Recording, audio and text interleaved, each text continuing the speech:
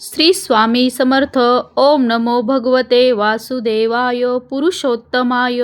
आज आपण ऐकणार आहोत श्री अधिक मास महात्म्य अध्याय 30. सर्व कथांचे सार. श्री गणेशाय नमः. श्री सरस्वती नमः. श्री कुलदेवताय नमः. श्री गुरुभ्यो नमः. श्री पुरुषोत्तमाय नमः. भगवान विष्णू म्हणाले, लक्ष्मी माता आतापर्यंतच्या कृपेच्या थोर या अध्यायात मी तुला अधिक मास महात्म्य आणि भगवान पुरुषोत्तम यांच्या कथांचा महिमा सांगितला आहे. आता हा 30वा अध्याय म्हणजे ती पुष्पांची जणू माळच गुंफलेली आहे. ती स्वातींचा हा एक दिवाच प्रकाशित केलेला आहे. ही माला आणि हा दीप भगवान गोपाल राधाकृष्ण मुरलीधर यांना अर्पण केला आहेत. अधिक मास महात्म्य कथांचे श्रवण असलेला सार असलेला हा 30वा अध्याय जरी ऐकला किंवा वाचला तरी संपूर्ण महात्म्य श्रवणाचे पुण्यफळ मिळते. तर आता या कथासार ग्रंथाचे अध्याय अवतार क्रमाने सार सांगतो, ते लक्ष देऊन ऐक. तपोवनातील ऋषींच्या मेळाव्यात बसून सूत नावाच्या पुराणिकाने हे अधिक मास महात्म्य सांगितले. त्या कथांचे लक्ष्मीनारायण संवादच पहिला अध्याय म्हणजे या अधिक मासाची उत्पत्ती कशी झाली आणि या मलमासाला थोर पुरुषोत्तमाचे नाव कसे प्राप्त झाले ही कथा आहे. दुसऱ्या आणि तिसऱ्या अध्यायात मिळून गोसेवा आणि गायीचे महत्त्व सांगितले आहे. तसेच पौलव्य ऋषींची कथाही सांगितलेली आहे. चौथ्या अध्यायात ब्राह्मण सेवा आणि 5व्या अध्यायात नृगराजाची कथा दिलेली आहे. 6व्या अध्यायात दीपपूजेचे महत्त्व आणि मांजरीचा उद्धार. तसेच 7व्या अध्यायात शांकलीच्या 2 बायकांची सौती मत्सराची कथा आणि दीपदान व्रत साधनेचे फळ कोणाला कसे मिळते याचे वर्णन आलेले आहे. 8व्या अध्यायामध्ये कथा ह्या एका चिकू माणसाच्या बायकोने त्याला पाण्याऐवजी दूध दिले होते.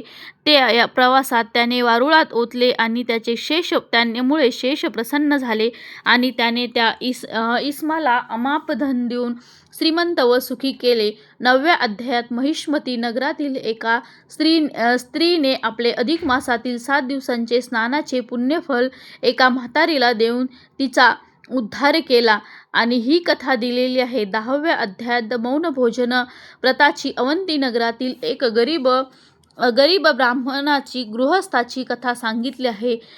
18व्या अध्यायात अधिक मासातील पंचपर्वापैकी व्यतिपात, वैधृती आणि अमावस्या. तसेच 12व्या अध्यायात द्वादशी आणि पौर्णिमा पर्वांचे महत्त्व सांगून त्यांच्या कथा दिलेल्या आहेत. तसेच 13व्या अध्यायात त्रिरात्रव्रत, दशमी, एकादशीसह द्वादशी या तिन्हींचे मिळून महत्त्व सांगितलेले आहे.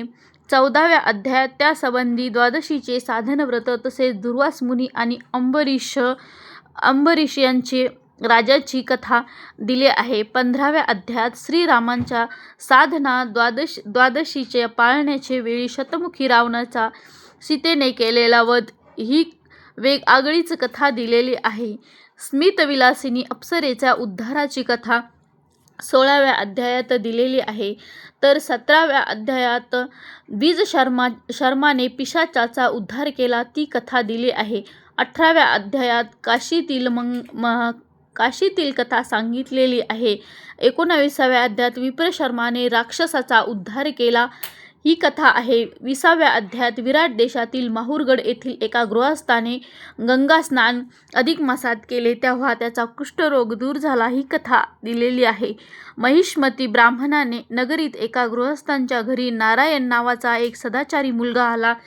तेव्हापासून त्या गृहस्थकांचा ताक विक्रीचा धंदा करणारा मुलगा आणि शरीर विक्रिया करणे हे भाग पडलेली त्या मुलाची बहीण, त्या बहिणी भावांचा उद्धार नारायणाने कसा केला ही कथा 22-23 या अध्यायात आणि 24 या 3 अध्यायात दिलेली आहे.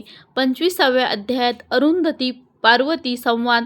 26व्या अध्यायात मंडन प्रधानाची पत्नी गुणवती हिच्या आगळ्या तेजाची कथा सांगितलेली आहे. 27व्या अध्यायात साधारण 1 दिवस जरी अधिक मास व्रत केले तरी माणसाला मोक्ष मिळतो. ही कथा आणि काश्मीर देशाच्या भिल्लीन पतिव्रतेची आगळी कथा दिलेली आहे. 28व्या अध्यायात अधिक मास व्रत उद्यापनाची विधी सविस्तर सांगितलेली आहे. 29व्या अध्यायात द्रौपदीने आधीच्या जन्मात केलेल्या अपराधामुळे द्रौपदीच्या पुढील जन्मात तिला कसा त्रास भोगावा लागतो आणि तो भगवान पुरुषोत्तमांच्या सेवेने कसा दूर झाला याचे वर्णन केलेले आहे. शेवटी कळस अध्याय हा 30वा. हा अध्याय संपूर्ण अध्यायातील कथांचे सार दिले आहे. नारायण म्हणाले, लक्ष्मी हा 30वा एक जरी अध्याय तू वाचला किंवा ऐकला तरी देखील तुला पूर्ण अधिक महात्म्य वाचल्याचे किंवा ऐकल्याचे पूर्ण फळ तुला प्राप्त होते. सूत पुराणिक हे संपूर्ण अधिक महिन्यांचे महात्म्य आणि वर्णन या लक्ष्मीनारायण यांचा संवाद सर्व ऋषींनी सांगितलेला आहे. तो ग्रंथ मूळ संस्कृत भाषेत आहे.